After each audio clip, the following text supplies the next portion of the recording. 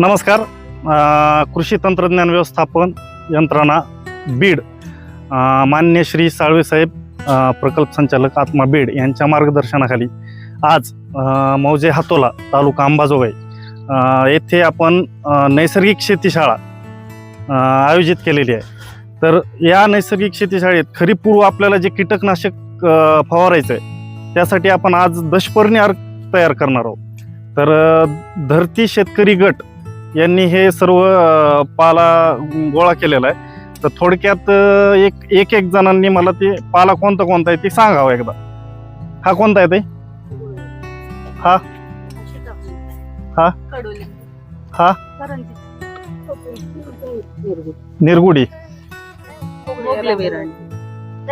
कनेरी, रुचकी, एरण. आणि आपल्याला सोबत आपल्याला 5 किलो देशी गावरान गाईचं शेण आणि 10 लिटर गोमूत्र आणि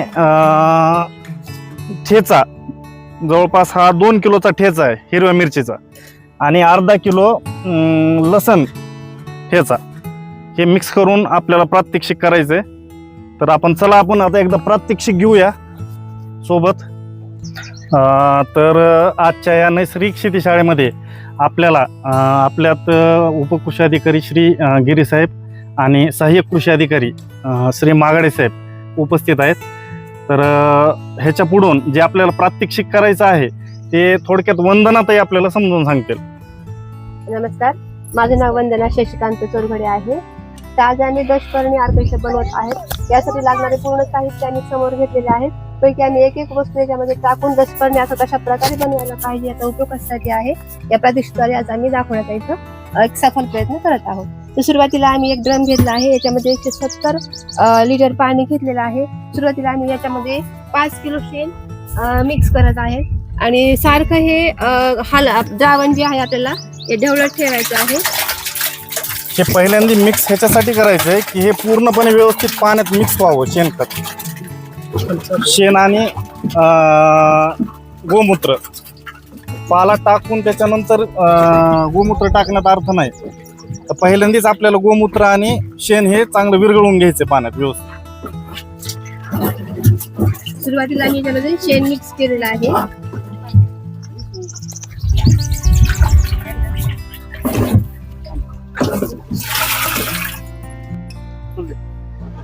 सुरुवातीला पाण्यामध्ये आम्ही शेण मिक्स केलेलं आहे आणि 10 लिटर गोमूत्र आम्ही याच्यामध्ये टाकत आहोत. सध्या हा दशपर्णी अर्क बनवण्याचा आमचा प्रयोग आहे.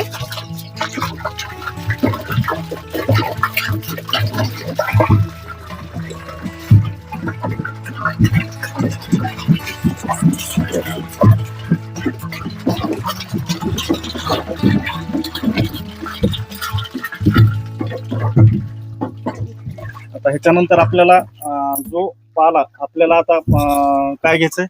ठेचा. आता ठेचा किती किलो घेतलाय आपण?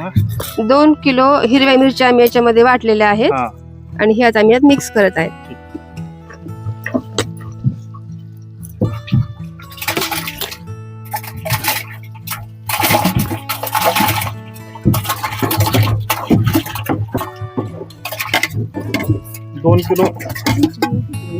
दोन किलो मिरचीचा ठेचा.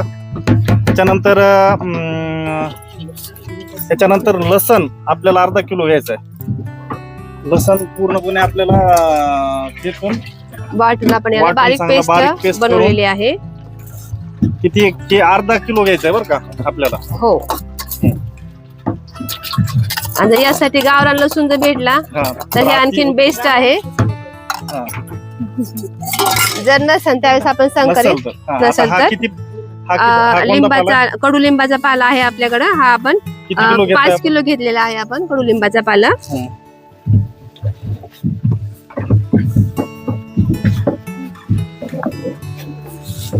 पाच किलो कडुलिंबाचा पाला आहे.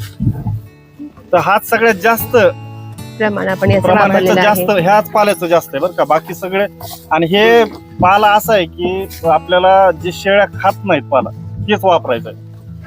म्हणजे आता तुम्हाला कमीत कमी 10, कोणतेही 10 आणा, पण 10 लागतातच आपल्याला दशपर्णी तयार करण्यासाठी. यानंतर गुळवेलाचे पानं आपण घेतलेले आहेत. हे आहेत आपल्याकडे गुळवेल हे किती किती किलो घेतलं? 2 किलो आहे आपण गुळवेल घेतलेला याच्यामध्ये.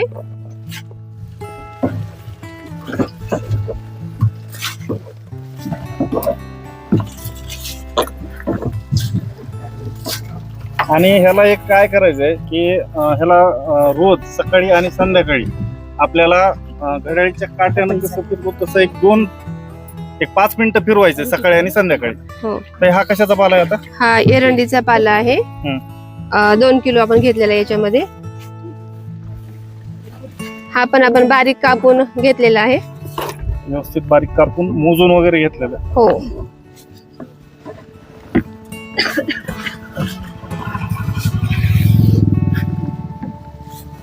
व्यवस्थित हे करा म्हणजे खाली जावं व्यवस्थित.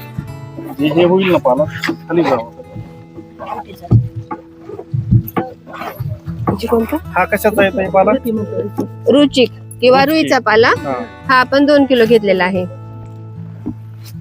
व्यवस्थित मध्ये खाली जावं सगळं पाला.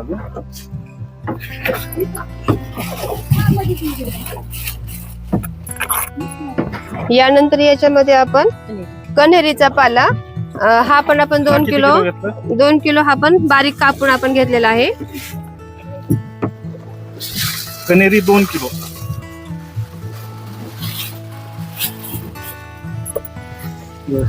एकदम व्यवस्थित खाली थांबायचं. थोडं उलसर होऊ द्या. जोपर्यंत खाली जात नाही ना तोपर्यंत त्याला थोडं. आता हा कशाचा पाला येते? हा आहे सीताफळीचा पाला. हा पण याच्यामध्ये 2 किलो घेतलेला आहे.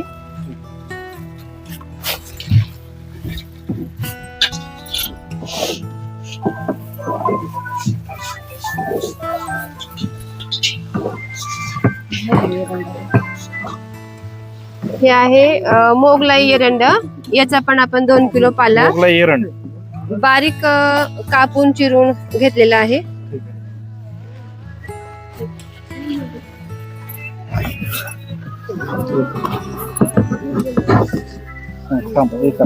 व्यवस्थित त्याला दाबा.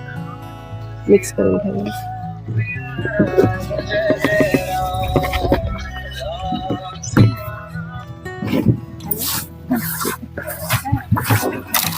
दाबून त्याला मिक्स झाला म्हणजे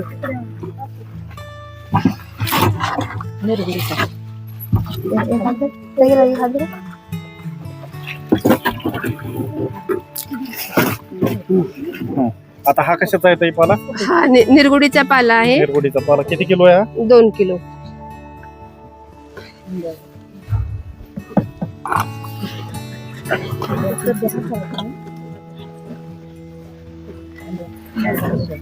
थोडं असं दाबून घ्या व्यवस्थित. खाली दाबा.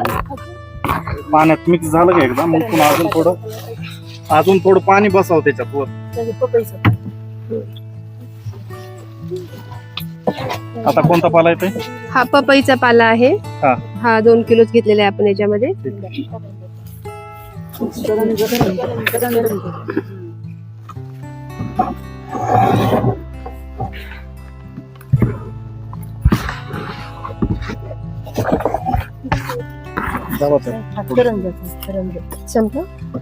आता हा कोणता पाला? हा कोणता पाला?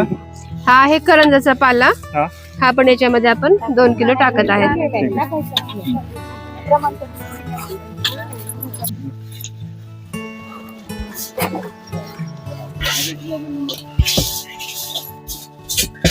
दाबून घ्या थोडं व्यवस्थित. त्याला व्यवस्थित दाबलं आणि ह्याच्यावर अजून थोडं पाणी बसलं पाहिजे. आणि ह्याच्यानंतर कोणता पाला येते?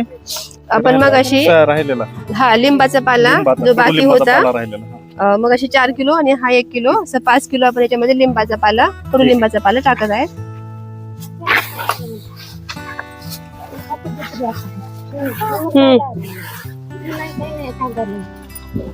आता हे सर्व आपल्या प्रकारचे पाला टाकून झालेलं आहे ह्याच्यात. आता ह्याच्यात अजून थोडं पाणी बसल. अजून पूर्ण नाही भरायचं. आता ह्याला नियमानं हे एवढं पाणी बसवायचं. थोडं मोकळं ठेवायचं. त्याला एअर जाण्यासाठी झाकण आपलं गोनपाटाचं जे हे आहे म्हणजे आपण कलतानी पोत जे आहे झाकून जरी ठेवलं तरी चालतंय. आपल्याला एअर निघून जावं त्याच्यात गॅस वगैरे. आणि याला रोज आहे तर आता हे राहिलेलं थोडं पाणी वर टाकून घेऊ आपण ह्याच्यात, आणि ह्याच्यानंतर ते काढा, मधलं काढा. ह्याच्यावर जर टोपण असेल ह्याला तर टोपणाला एक खोल पाडून त्याला एक हे काढायचं, म्हणजे त्याचं एअर निघून जावा. त्याला एक सकाळ संध्याकाळ तुम्हाला घड्याळीच्या आकारानं असं फिरवावं लागेल, सकाळी 5 मिनिटं आणि संध्याकाळी 5 मिनिटं. तर असं 30 दिवस आपल्याला हे करायचंय. 30 दिवसानंतर जवळपास 45 दिवसांनी आपले हे 40 दिवसांनी आपल्याला हा 35 ते 40 दिवसात आपल्याला वापरायला तयार होईल दशपर्णी अर्क. तर हे दशपर्णी अर्क ह्यासाठी वापरायचं आपल्याला की जे रस शोषक किडे आहेत, जे आळीवर्गीय आहेत, त्याला हे तुम्हाला फवारायला एकदम उत्तम कीटकनाशक म्हणून काम करतं. बाहेरचा जो आपला खर्च आहे रासायनिक खतांचा किंवा रासायनिक औषधांचा, तो आपल्याला कमी करून ही नैसर्गिक शेतीकडे पहिलं पाऊल आपण उचललेलं आहे. तर ह्याचं व्यवस्थित 30 दिवस देखभाल किंवा हे करून पाहून ह्याचं सगळं 35व्या दिवशी तुम्हाला वापरण्यासाठी काढायला जमेल. हे तर ह्याचं प्रमाण एक सांगतो तुम्हाला की तुम्हाला जर 15 लिटरचा फवारा आहे तुमचा पाण्याचा, तर हे 300 ml हे वापरायचं तुम्ही. ते नंतर गाळून घ्यायचं. नंतर हे ज्यावेळेस तयार होईल 35 दिवसानंतर तयार होईल त्यावेळेस हे गाळून एका दुसऱ्या ड्रम मध्ये ठेवून द्यायचं. तुम्हाला हे जवळपास 5 ते 6 महिने तुम्हाला चालतं वापरायला. हे पण जवळपास आता कसं तुम्हाला एक फवारा 300 ml ला चालू शकतो ते. तर हे व्यवस्थित तयार करून आता आपल्याला ही प्रोसिजर झालेली आहे. त्याच्यानंतर वंदना ते थोडक्यात बोलतील कोणता गट काय आपण काय काय केलेलं आहे. ह्याच्यानंतर पुढे थोडक्यात सांगा पुढे कोणतं घ्यायचं पीक आपल्याला. नमस्कार, माझं नाव वंदना शशिकांत चोरघडे. धरती सेंद्रिय शेतीमध्ये मी सदस्य आहे. तर आम्ही आज दशपर्णी अर्क बनवलेला आहे. यानंतर आम्हाला कमीत कमी 1 एकर शेती आम्ही सेंद्रिय पद्धतीने याच्यामध्ये उत्पादन घेणार आहेत. याच्यामध्ये दशपर्णी अर्क आहे, बीज प्रक्रिया आहे, उगवण क्षमता तपासणी आहे.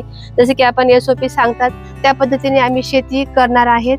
आणि याचाच आम्ही प्रयोग म्हणून आज दशपर्णी अर्क बनवलेला आहे. दशपर्णी अर्काचा उपयोग असा आहे की हे आम्ही आज बनवलेलं द्रावण जवळपास आम्ही 1 महिना याला ढवळत ठेवणार आहेत. सकाळ आणि संध्याकाळी आम्ही सावलीला मुद्दाम याची जागा निवडलेली आहे. गरमीचं प्रमाण जास्त असल्यामुळे किंवा हे थंड हवेला थंड ठिकाणीच ठेवायला पाहिजे.